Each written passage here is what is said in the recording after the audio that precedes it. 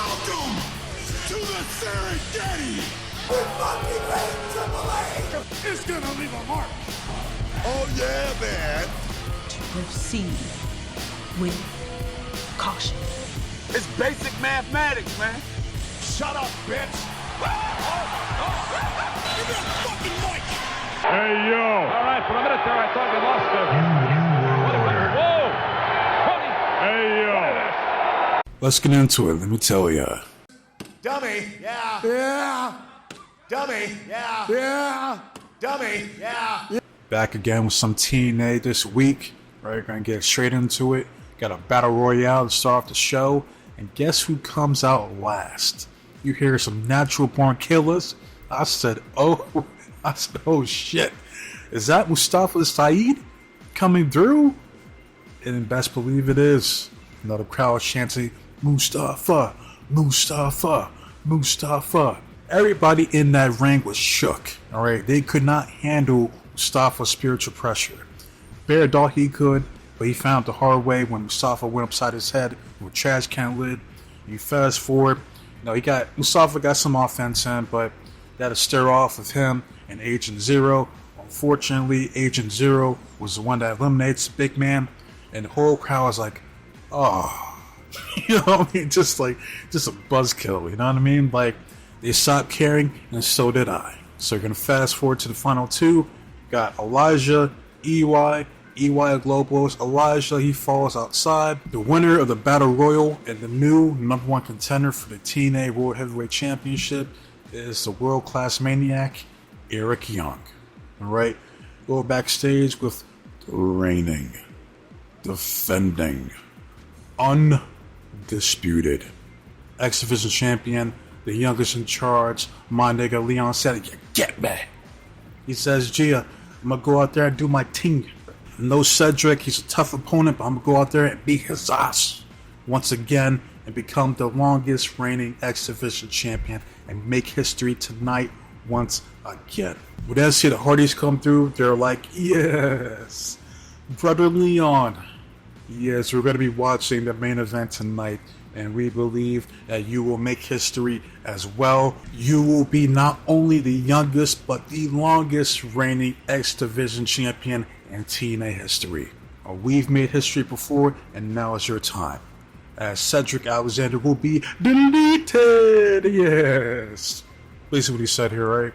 We then get a promo from the reigning, defending, undisputed TNA International Champion, the greatest president of all time, the leader of Order 4. In Ali, we trust Mustafa Ali. You know, he says, time and time again, you guys have disappointed me, but have no fear. Last night, I saw a genie in the bottle, and after I rubbed it the right way, it granted me 3 wishes. And wish 1, I said I want to be the best damn professional wrestler on the planet. Genie said I have 2 more wishes. So best believe the open challenge continues next week. And I will continue to lead Order 4 by example. He walks away, and Gia was like, hey, good job out there, Hotch. Hotch was like, thanks. So they're teasing that Hotch might be the one to truly defect from the Order 4. Then from out of nowhere, we see EY. He says, Joe Hendry, gone. Ricky Sosa, gone. EC3, gone. And who's next? That's you, Mike Santana. Because you're looking at the next TNA World Heavyweight Champion. That's it. We then get another promo from the reigning, defending, undisputed TNA Knockouts Champion, Layling Lee, right? Looking gorgeous as ever. Crowd chanting, you deserve it. You deserve it. You damn right she does. Right? She was saying her English isn't that good, and that's okay. All you need to do is continue what you've been doing, which is looking tremendous, and open up a 12-pack or whoop that ass. Alright?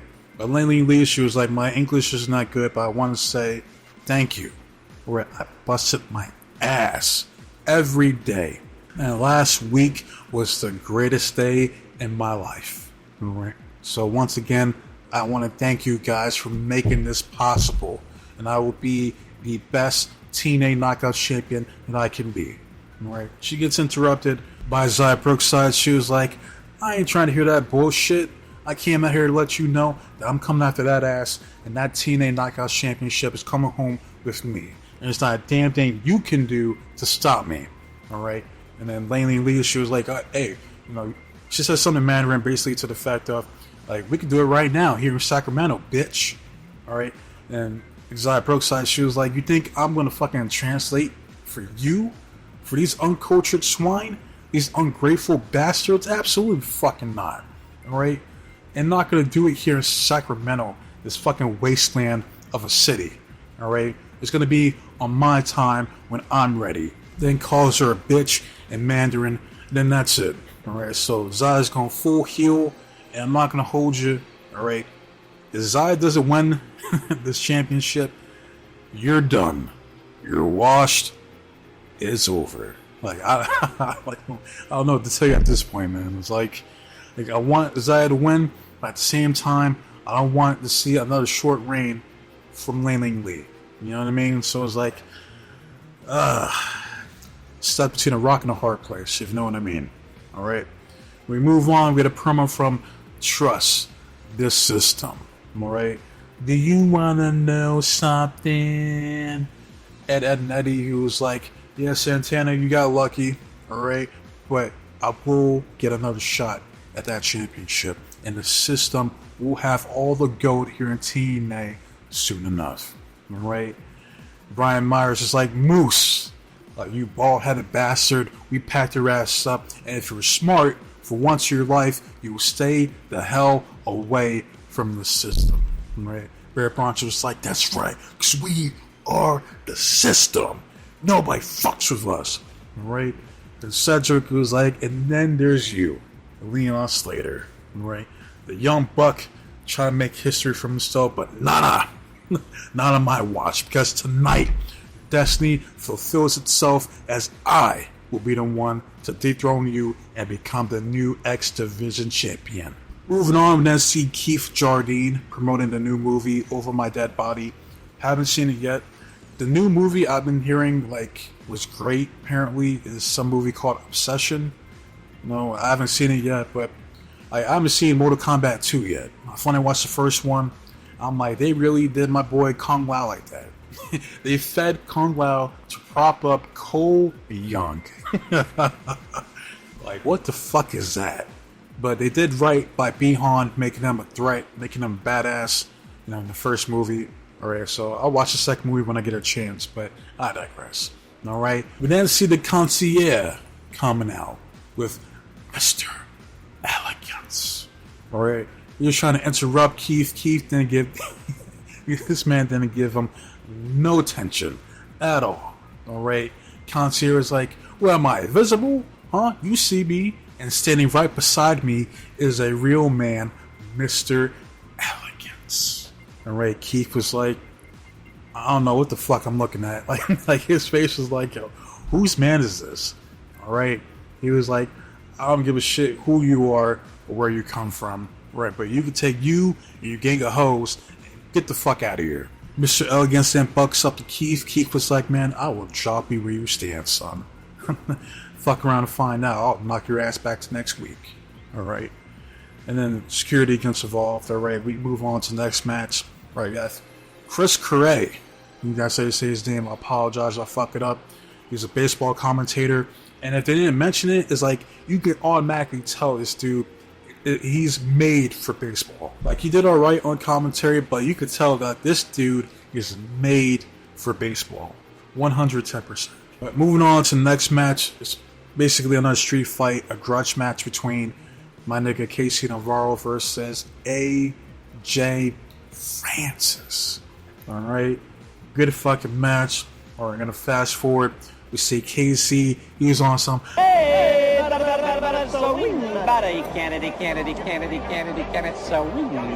right, use that baseball he got from Sting, start busting AJ upside the head with it. Alright, he even hits a home run, like Sammy Sosa style, in the middle of the fucking ring. Alright, it's a home run. The crowd was fully behind Casey. And then fast forward after they stacked up a bunch of chairs along the ring, right? AJ's trying to choke slam him, hit that down payment, right? But KC counters into a cutter on top of steel chairs. The crowd's like, oh shit. You think that'd be the finish? But nope. AJ recovers, hits a big boot, locks in the down payment, had him up and threw his ass to the outside through a table. Keep in mind, there were 2 tables set up, but AJ pretty much threw this motherfucker pretty much past the first table. Alright? That's why the crowd was like, holy fuck. You know what I mean? Like, oh, holy shit. Holy shit. Holy shit. Alright? AJ picks up this man's carcass, pins him 1, 2, 3 in the middle of the ring. The winner, AJ Francis. Alright? Sucks because I want KC to win. KC is one of my favorites here in TNA, but it is what it is. And I do have to agree with AJ. I do believe he has the best chokeslam in the business right now. Not of all time, because that's between Big Show and Kane. You know what I mean? But he's up there. He has a damn good chokeslam, that's for sure. Alright? You didn't get a promo from the reigning, defending, undisputed TNA World Heavyweight Champion, the illest from Boogie Down Bronx, Pride of Puerto Rico himself, Mike Santana. He was like, hey yo, Sacramento, what's good? Yo, where are my Latinos and Latinas at? They're cheering. And he's like, yeah, that's right. Y'all the first to show up to come through for you, boy. I appreciate it. Alright? And the way I live my life, grinding, busted my ass, things don't come easy for your boy. But my pops raised me to be the man that I am today. And to be the champion that you all need me to be. Right? But basically, he was cutting the same promo he always does. I ain't gonna hold you. He gets interrupted by Daria Ray wearing her Madonna/Lady Gaga outfit. Santana was like, oh, I see you're making it a habit of interrupting me during my promos. Daria was like, shut up, I'm talking. Crowd booed shit out of her. Daria was like, I'm not sure you're aware of this, but your match with Steve Maclin was inconclusive. Therefore, EY isn't your next title defense because Steve Maclin has been cleared for in-ring competition. Santana was like, I bodied Maclin before, I'll body his ass again. Same goes for EY when he's feeling froggy, wants to step up and challenge me for this championship. We then see Santi Morella. He comes out, he says, hello Sacramento. We have 2 champions that we could be proud of. We have Lady Lee and Mikey Santana. I ain't gonna hold you, he came out and said a whole lot of nothing. So we're gonna move on to the next match.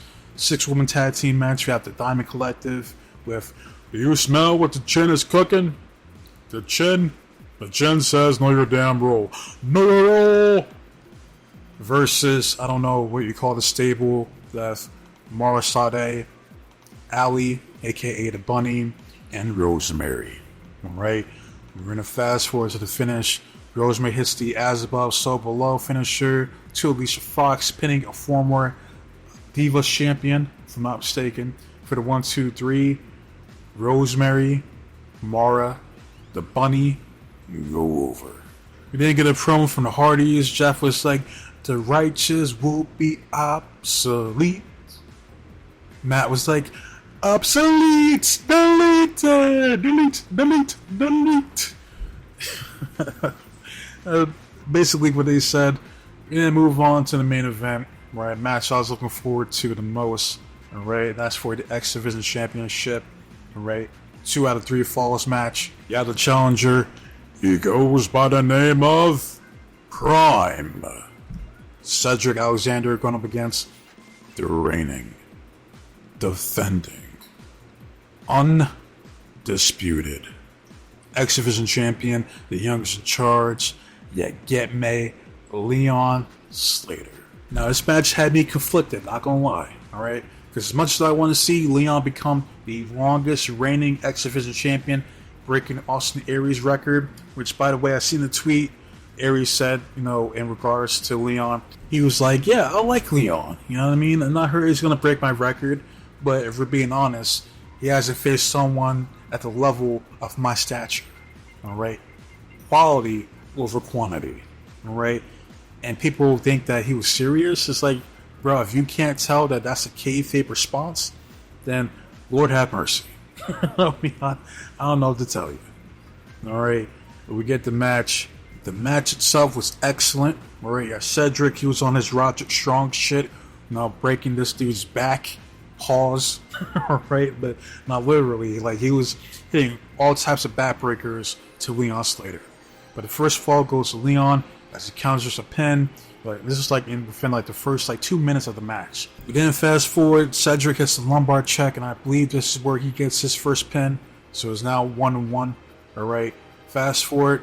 Leon then hits a super styles clash to Cedric from the second rope, and somehow Cedric kicks out at 2. All right. They fight outside. Cedric then does like the lawn dart to Leon to steel steps. Right. He takes a shitload of time talking shit. He says, Carlos, like, you're looking at the next X-Division champion. Said to the commentary team, I'm going to be the greatest X-Division champion this division has ever seen.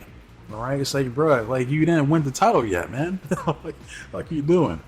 You fast forward, he hits a picture-perfect brain buster. Leon kicks out at 2. Cedric hits the lumbar check, the second lumbar check of the match. Leon kicks out at 2.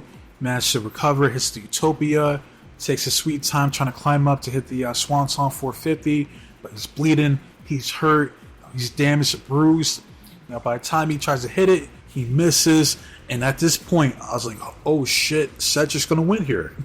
Like, hits a lumbar check, but he's like, no. So he hits another lumbar check, 4 lumbar checks for the 1, 2, 3, 2-1, and the winner. And no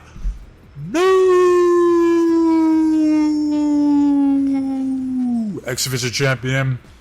He goes by the name of Prime Cedric Alexander. All right, well deserved. Like, I do feel bad for Leon, but it's like, if I gotta be honest, that's like, ain't no way they're gonna give him both the youngest and the longest reigning X-Division champion of all time. Ain't gonna happen. All right. Plus, Cedric needed this win. It's like, if he loses, he might as well just like never challenge for X-Division champion ever again. Like, just keep him moving. Like, but this was a move I've had for Cedric. All right. He's been doing his thing here in TNA. Carlos Silva was trying to get the X-Division championship to Cedric, but then the fucking show cuts off. Right. It turns back on. Right, and it's like, you see this Titantron, like some Spartan type shit, and it's like, who the fuck is this?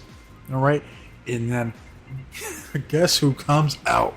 I said, yo, oh shit! All right, my boy Giovanni Vinci, or Fabian Ackner. I mean, that's how you say his name. You know, I'm not calling him Fabian. I'm calling this man. This is Giovanni Vinci. You have the goatees, Pitbull. But my boy Vinci is here in the TNA Impact Zone. And he's a babyface. He's coming after Cedric Alexander. All right. And that is it for TNA this week. All right. Solid episode. I enjoyed it. All right. You see some surprises. Mustafa, Saeed, and now my boy Giovanni Vinci. But nah, seriously, where is Ricky Sosa? Because that dude, I mean, he sounded the fuck up that pile driver. I ain't going to hold you. And it's like, all right. Like, because at this point, if this is AEW, he would have been back like fucking 3 weeks ago. But hopefully, bang, Sosa comes back here soon enough. All right, but that's pretty much all I gotta say about this shite. I want to hear from you guys. If you watched TNA this week, how you guys feel about this week's episode. All right, put that shit in the comment section if you care. But for now, wasting enough of you guys' time. So with that said, be safe, be blessed, take care of yourself, protecting yours and loved ones. Stay warm, stay dry, stay frosty, but most importantly, trust in God. God be with you. I'm out of here. All right, until next time. Adios.